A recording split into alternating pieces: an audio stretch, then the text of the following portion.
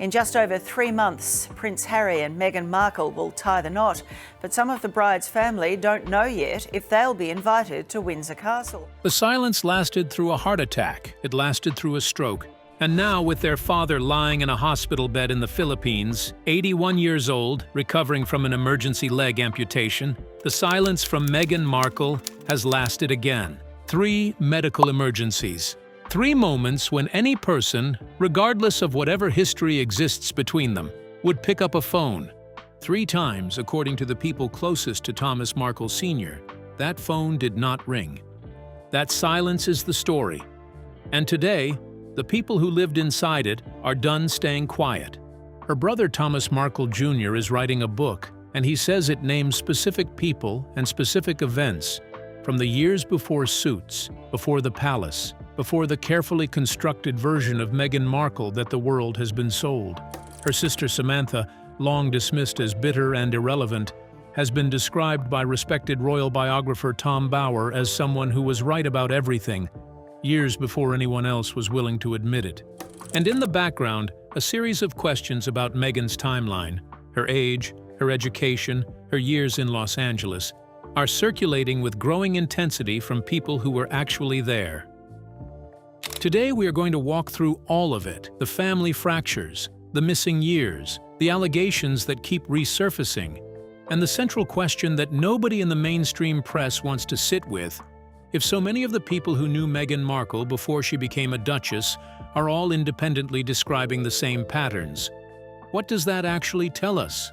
Stay with me, because this story is far from over. The man who was proven right. Let's start with Thomas Markle Jr. In 2018, before the royal wedding, Thomas Jr. wrote an open letter to Prince Harry. He called his sister shallow. He called her a phony. He said she would bring drama and destruction into Harry's life and into the royal family. He begged Harry not to go through with it. Everyone laughed. The wedding went ahead. The champagne flowed. The world watched the fairy tale unfold at Windsor Castle, and Thomas Markle Jr. was filed away as another jealous, attention-seeking family member trying to ride the wave of his sister's success. Then, one by one, everything he predicted came true. The rift with the royal family, the exit from royal duties, the Oprah interview that sent shockwaves through the monarchy, the Netflix documentary, the Spare memoir, the burned bridges across 2 continents, the isolation of Harry from the people who had known him his entire life. Thomas Jr. had called all of it, years before it happened. So when Thomas Markle Jr. now announces that he is writing a book, specifically targeting the years before Suits, before the public persona was built, before the cameras arrived, the question is not whether anyone will take him seriously. The question is whether the world is finally ready to listen. Because he grew up with her. He was in the house. He saw who called. He saw the social circles shift. He watched the transformation happen in real time, and he has never once wavered from what he says he witnessed. He told interviewers that every single interview, every single picture, every place they go, Meghan controls the situation like she is the star. He said she has turned Prince Harry into a man of no substance, in her own interest and for her own well-being. Now ask yourself, is that a bitter half-brother exaggerating for attention?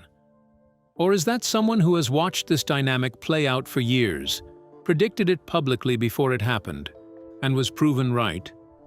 Tom Bower, the respected royal biographer, put it plainly. We all laughed at Samantha, and she was right. Everything she said came true. The same logic applies to Thomas Jr. We laughed in 2018. And then, he was right. There is a pattern here worth naming. The people closest to this story before the cameras arrived, the ones with the most direct, unfiltered access to who Meghan Markle actually was, are all being validated by time. Not the royal commentators. Not the palace insiders. The family. The people who were there when nobody was watching.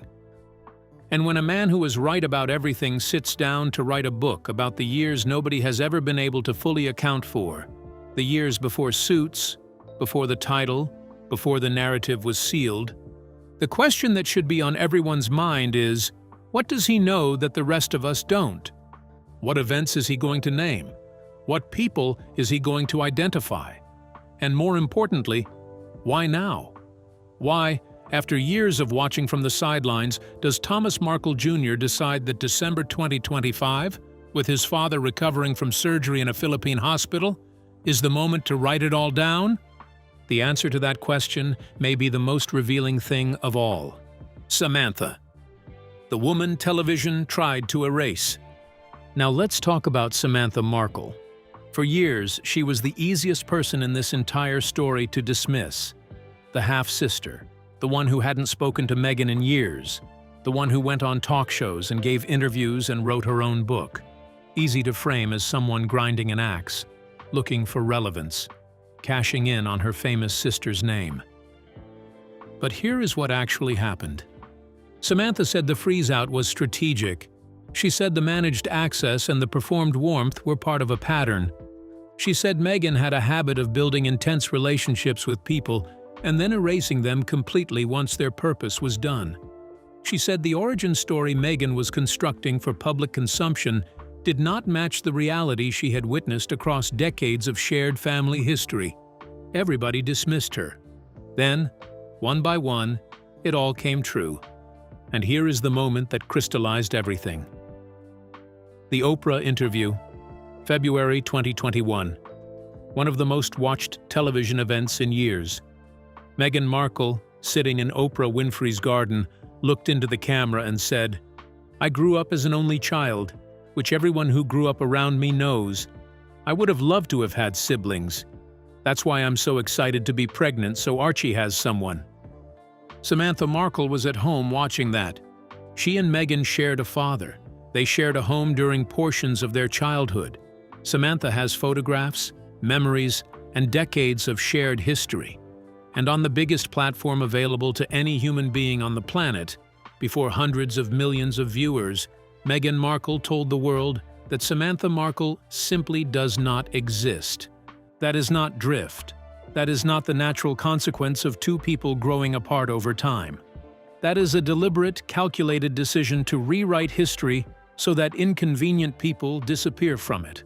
Made on international television, in front of the world, with no hesitation. Think about what that moment felt like from Samantha's side. Not as a public relations problem, not as a media story, as a human experience. To sit in your home and watch your sister, someone you grew up with, someone you defended, someone who was part of your life for decades, tell the entire world that you never existed. And Samantha's response? She called it exactly what it was. She has been consistent, composed, and forensically specific in her criticisms. Not screaming, not performing outrage, not sensationalizing. Just pointing to verifiable facts and saying, "This is not what happened. I was there. I exist." Tom Bauer's verdict was unambiguous. We all laughed at Samantha, and she was right. Everything she said has come true. So when Samantha continues to say that people need to look more carefully at the timeline, at the numbers, at the dates, at the years that don't quite fit together, that is not bitterness speaking. That is someone with a demonstrated track record of accuracy, pointing at something specific and saying, "Look closer." The question you need to ask yourself right now is this: at what point does a pattern of accurate predictions stop being coincidence and start being evidence? How many times does one person have to be right before the people dismissing them are forced to take the next claim seriously? Samantha is still talking. She is not going anywhere.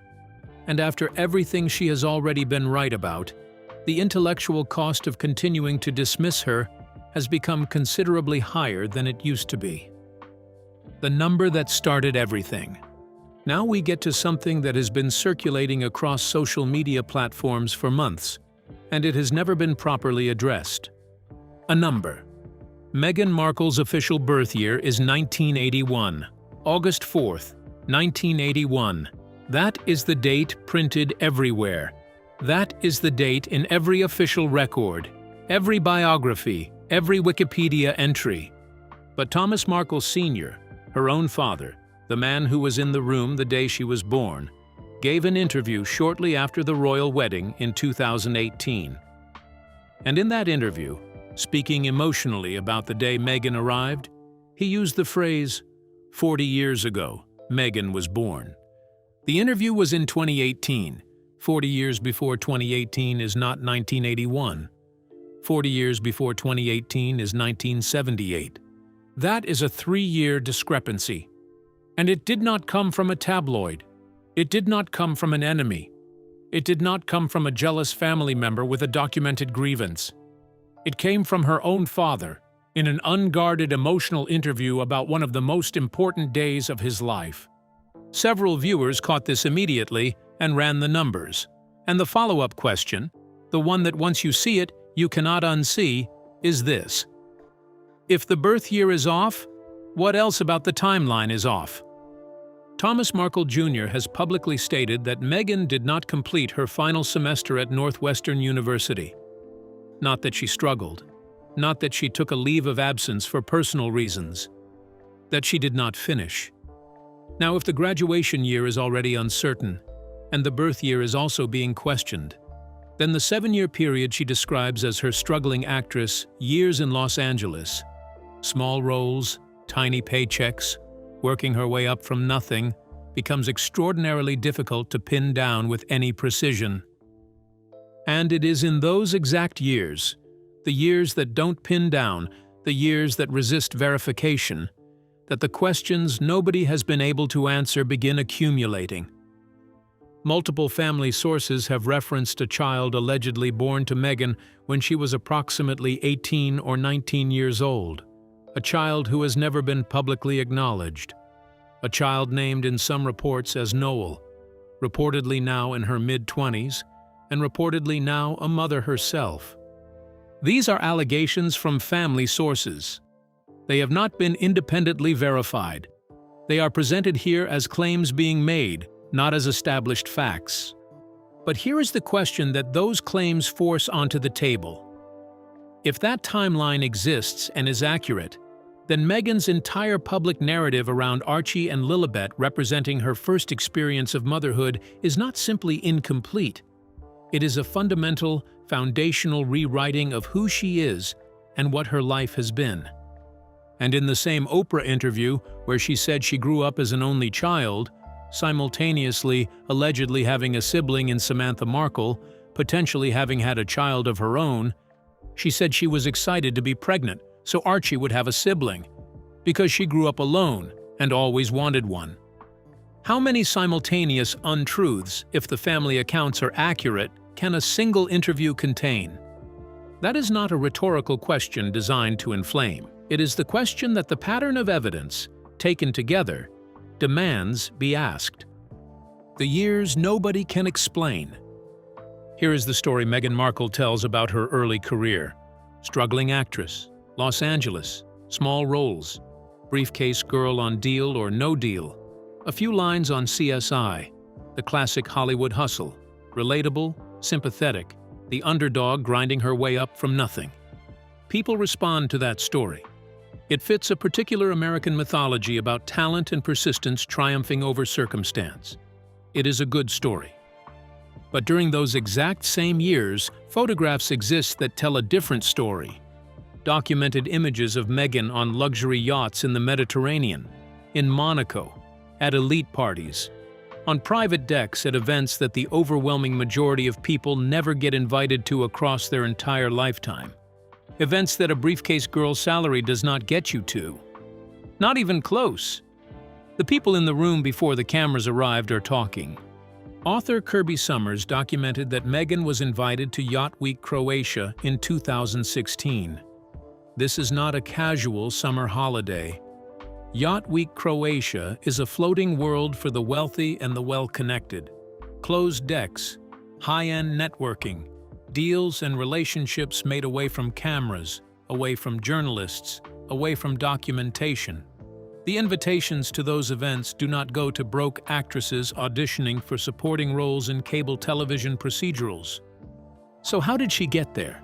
Who invited her? Who covered the costs? What were those relationships? And what did they involve? No answer has ever been offered. Zero explanation for the gap between the story she sells and the life those photographs document. What we do know is how her career actually moved. Not through cold auditions, through circles. Trevor Engelson, a Hollywood producer, became her first husband. She entered the world of Soho House, not a casual membership, a social infrastructure for the well-positioned. She became close with Marcus Anderson, a key insider with documented connections to royalty and power. And it was through those connections, those circles, those relationships built in rooms that a struggling actress does not naturally occupy, that Suits happened, that Harry happened. Thomas Jr. watched all of it from the inside. He was positioned to see who called the house. He saw money appear in his sister's life that did not correspond to the income she was publicly claiming. He watched the social circles evolve in ways that did not track with the narrative she was constructing simultaneously. And now he is writing a book specifically about those years. The years the photographs document and the story does not explain. The years that sit between the struggling actress mythology and the Monaco yacht photographs. Here is the question worth sitting with. Why would someone who has stayed relatively quiet for years decide, in 2025, sitting beside his father's hospital bed in the Philippines, that now is the moment to put all of it in writing? What changed? What broke? What became too much to leave unaddressed? The answer to that question may tell us more about what is in that book than any interview he has given. Let us be clear about something before we move forward. None of what we are discussing here is about whether Meghan Markle deserved to succeed or whether ambition itself is a character flaw. Ambition is not a crime. Strategic networking is not a crime. Building your career through relationships and access rather than purely through talent auditioned in a vacuum. That is how the entertainment industry has always worked for a significant portion of its successful participants. What matters here is the gap. The gap between the story being sold and the evidence on the ground. The gap between the struggling actress mythology and the Monaco yacht photographs. The gap between the narrative of self-made authenticity and the circles that actually open the doors. That gap is not a minor editorial omission. If the family accounts are accurate, it is a foundational deception, one that shapes everything the public thinks it knows about who Meghan Markle actually is and where she actually came from. And the people who were inside that gap, watching it form in real time, are the people now talking. Thomas Senior, 3 silences. Thomas Markle. Senior gave up his own trajectory so his daughter could have hers. He paid for her education at a private Catholic school when the fees were significant for a working-class family. He walked her through Hollywood studios on weekends, showing her the world he worked in, giving her the access and context that would later prove invaluable. He worked behind the cameras on productions so she could eventually stand in front of them. He called her his pride and joy, publicly, without hesitation, every time anyone asked. He wept visibly and openly when she announced her engagement to a prince. Not the tears of a man performing emotion, but of someone who had invested everything in a person and was watching that investment come to extraordinary fruition. Then the press descended. The photographers were everywhere. Someone came to Thomas Markle Senior, reportedly someone connected to Meghan's own circle, not a stranger operating independently, with a suggestion. Stage some photographs. Present a more polished image.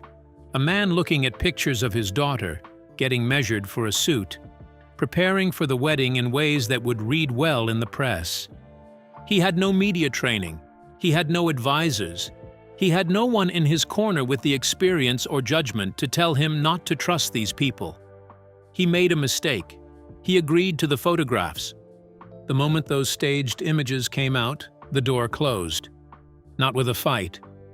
Not with a conversation where grievances could be aired and addressed.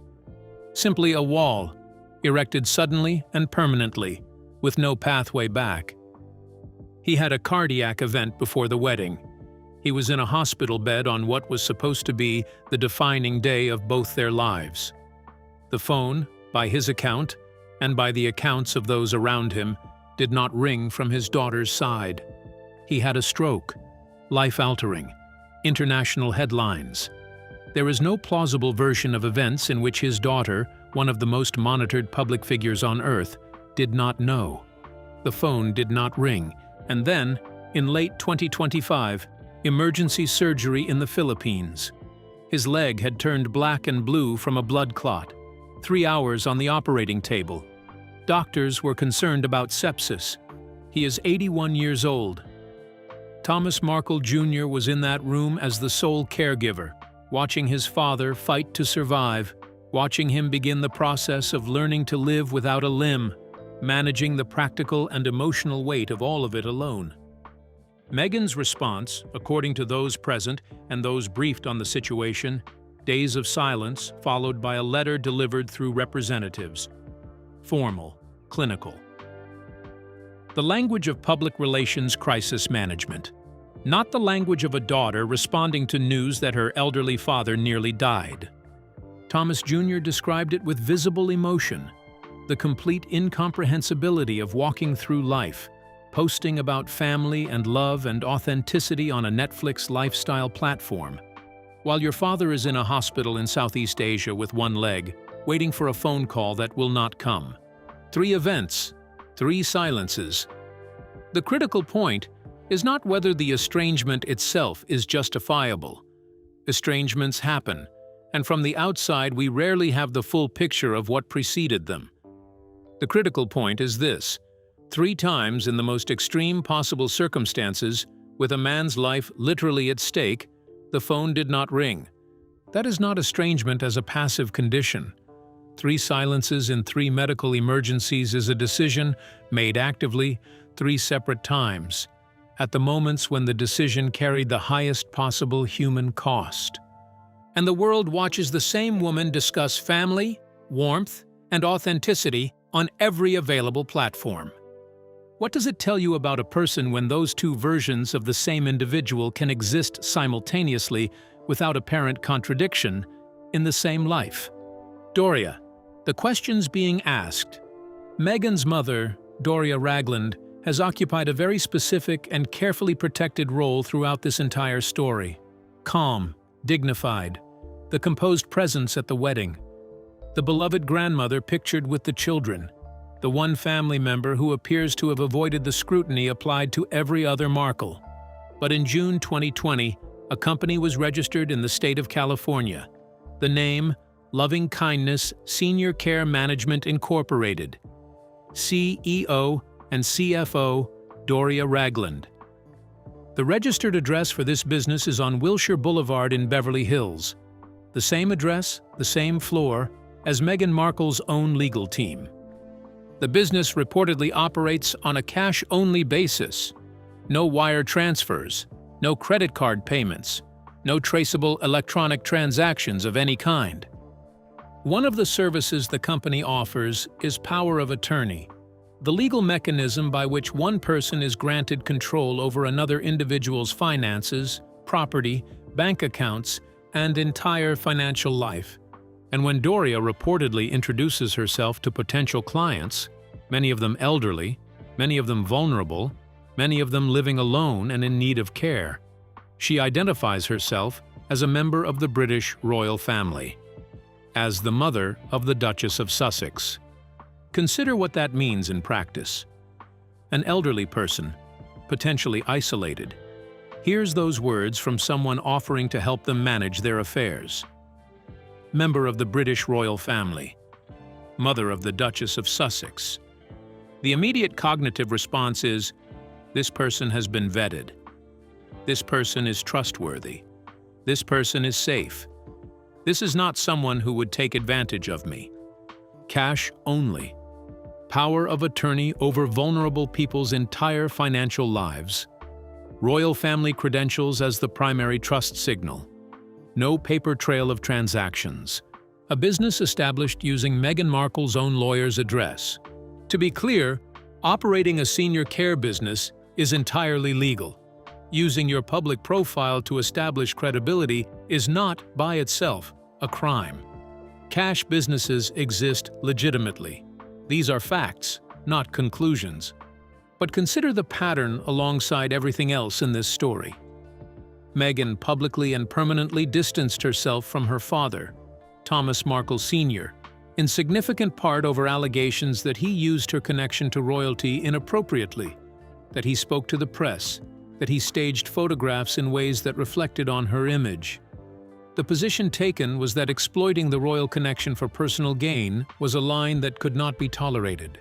Yet a business established by Meghan's own legal team, with Meghan's own mother as CEO, uses royal family membership as its primary selling point to elderly, vulnerable clients, paying in untraceable cash.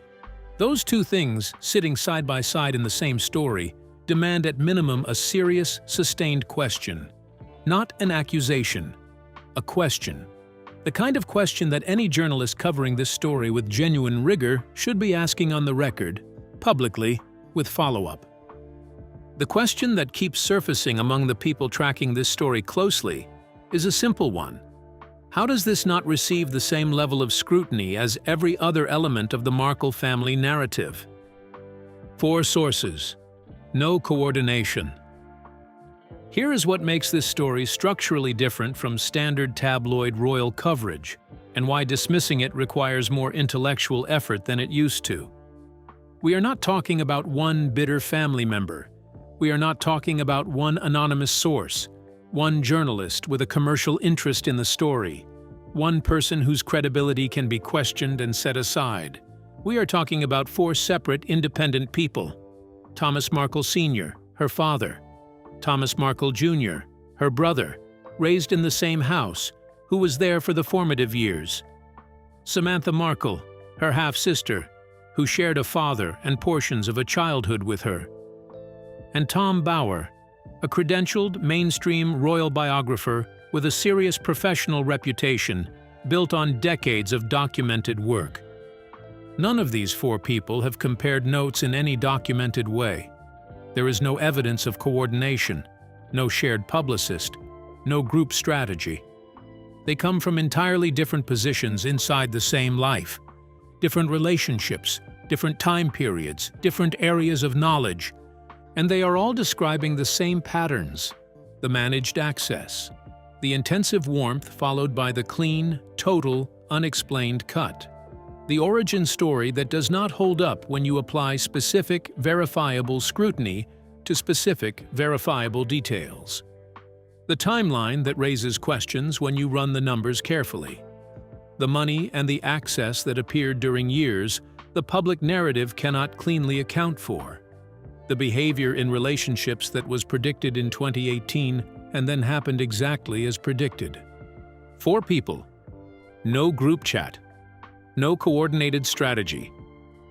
The same fundamental patterns described independently from 4 completely different vantage points inside the same story. When one person describes a pattern, it is a grievance. When 2 people independently describe the same pattern, it raises an eyebrow. When 4 people from 4 different positions, with 4 different relationships to the subject, all independently describe the same pattern, over years, without coordination. At what point does intellectual honesty require you to engage seriously with what they are saying? Samantha was right about the freeze-out. Thomas Jr. was right about the damage to Harry and the institutional fallout. Tom Bower publicly validated everything Samantha said and has made additional claims from his own research. Thomas Sr.'s own words, spoken in an unguarded emotional moment, introduced a numerical discrepancy that has never been addressed. The people proven right about everything keep pointing at the same unanswered questions. What is the responsible thing to do with that? The book is coming. In May 2025, Thomas Markle Jr. made the announcement official: a book, specifically about the years before Suits. The years the photographs document and the narrative does not explain. The years that Thomas Jr. watched from the inside of the same family, the same house, the same social environment. He says it names specific people. specific events, specific relationships from the period when the foundations of Meghan Markle's public persona were being laid, before any cameras were pointed at her, before any narrative was being managed. He was proven right in his 2018 open letter. He was proven right about Harry's transformation. He was proven right about the institutional fallout and the pattern of severed relationships. Now, in late 2025, he is in a hospital in the Philippines sitting beside his father's bed. He is managing the care of an 81-year-old man on his own. He is navigating physical rehabilitation logistics, prosthetic fittings, and the emotional weight of watching a parent lose a limb.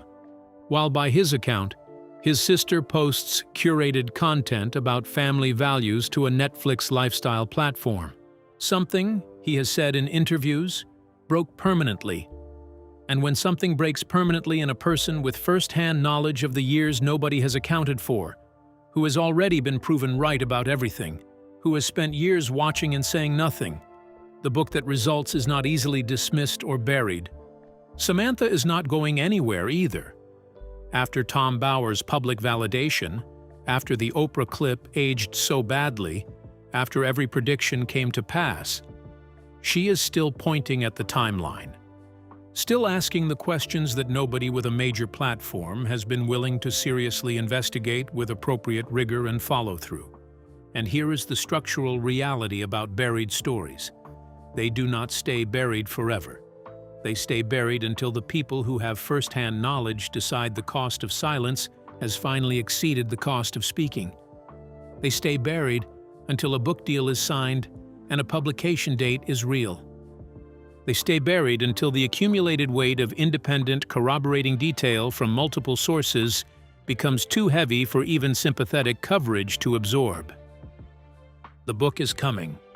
The questions about the timeline, the photographs, the father's 3 silences, the years in Los Angeles that a briefcase salary cannot explain. None of those questions have gone away. They have only grown more detailed, more specific, and more difficult to responsibly ignore. The performance and the facts. Here is the final thing to sit with, and it is perhaps the most important point in this entire story. Conviction is not the same thing as truth. A performance, no matter how polished, no matter how consistent, no matter how many platforms it runs across, and how many hours of television it occupies, eventually has to answer to the facts of a person's actual life. Meghan Markle has built one of the most carefully managed public images of any person who did not begin as a public figure. From the royal wedding to the Oprah interview to the Netflix documentary to the As Ever brand launch, every frame, every word choice, every public appearance has been constructed to communicate a specific, coherent version of who she is. Warm, authentic. A woman who overcame, who endured, who rose above adversity through honesty and courage. But the people who were in the room before the cameras arrived are describing someone different. The father who funded her entire early life and cannot get a phone call through 3 medical emergencies. The brother who predicted the damage to Harry in specific, documented detail and then watched it happen exactly as he said it would. The sister who was publicly erased on international television and who has since been vindicated by one of the most credible royal biographers in the field. The questions about years, photographs, social circles, and financial realities that the public narrative cannot cleanly explain. This is not a conspiracy. It is not a coordinated smear campaign driven by malice. It is what happens when a performance runs long enough and is maintained carefully enough that the people who knew the person before the performance began decide they have nothing left to lose by speaking. Thomas Jr. wrote his open letter in 2018. He was publicly laughed at. Everything he predicted came true. His book is coming. Samantha has been proven right about everything she said by people with no stake in vindicating her. She is still talking. The timeline contains questions that have never been answered, questions that multiply rather than resolve the more carefully you look at them. And a father who gave his daughter everything he had, His career, his money, his public pride, his unconditional endorsement at the most visible moment of both their lives is in a hospital on the other side of the world with one leg, being cared for by his son, waiting for a phone that has not rung through a heart attack, a stroke, and an amputation. 3 silences, 3 decisions, made 3 times, in the worst possible human moments, by the woman who tells every available audience that family is everything. What does that tell you? Here is where I want to hear from you directly, and I mean that genuinely. Thomas Markle Jr.'s book is coming. He says it names specific people and specific events from the years before Suits, from the period his sister has never been fully able to account for, the years the photographs and the narrative cannot both be true about simultaneously. He was right about everything in 2018. He is now writing it all down with the specific intention of putting it on permanent public record. Do you think that book, when it comes out, finally breaks through in the way that every interview, every open letter, and every family statement has failed to break through?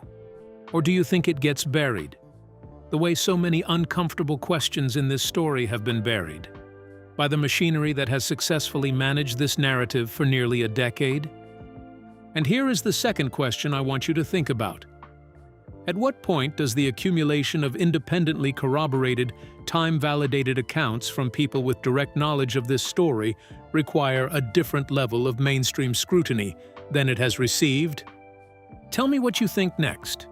Tell me what you believe about the timeline, about the silences, about the book. Tell me whether you think the full story eventually reaches the public, or whether some stories are simply too well managed to ever fully surface. Drop your thoughts below. I read every comment in this community, and the people watching this channel have consistently been ahead of the mainstream press on every development in this story. You catch the details, you run the numbers, you ask the questions that the approved narrative cannot absorb. If you are new here, this channel exists to cover the stories that mainstream media either buries, handles with insufficient rigor, or gets fundamentally wrong. If you want the full picture rather than the managed version, subscribe and stay close, because this story has not reached its conclusion. Not even close. The people in the room before the cameras arrived are talking.